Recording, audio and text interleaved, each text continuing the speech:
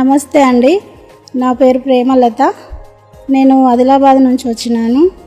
నాకు స్టమక్లో ప్రాబ్లం ఉండి స్కానింగ్లు చేయించుకుంటే కొంచెం పెద్ద సైజు ఫైబ్రాయిడ్ ఉందని చెప్పారు. దానివల్ల నేను చాలా డాక్టర్ల దగ్గర కూడా వెళ్ళడం జరిగింది, వాళ్ళని కలవడం కూడా జరిగింది.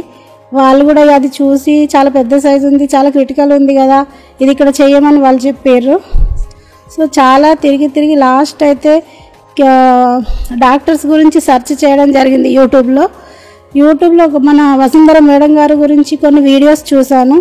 నాకు మేడం గారు చెప్పేది చాలా బాగా నచ్చి నేను నా రిపోర్ట్స్ పట్టుకొని ఒకరోజు మన మేడం గారిని కలవడానికి కిమ్స్కి వచ్చినాను. వాళ్ళు అక్కడ నాకు కొన్ని టెస్టులు రాశారు.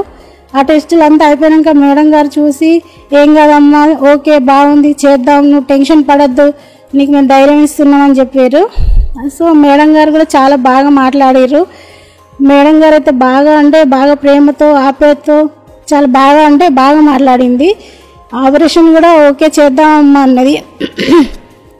సో 18th రోజు ఫిక్స్ చేశారు నాకు ఆపరేషన్, రోబోటిక్ ఆపరేషన్ అని మేడం గారు కూడా అన్నారు, నేను కూడా అన్నాను.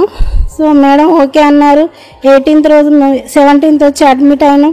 18th రోజు మాకు ఆపరేషన్ చేసిర్రు. ఆపరేషన్ చేసేటప్పుడు కూడా మేడం చాలా ధైర్యం చెప్పింది, చాలా ప్రేమగా కూడా చూసుకున్నారు.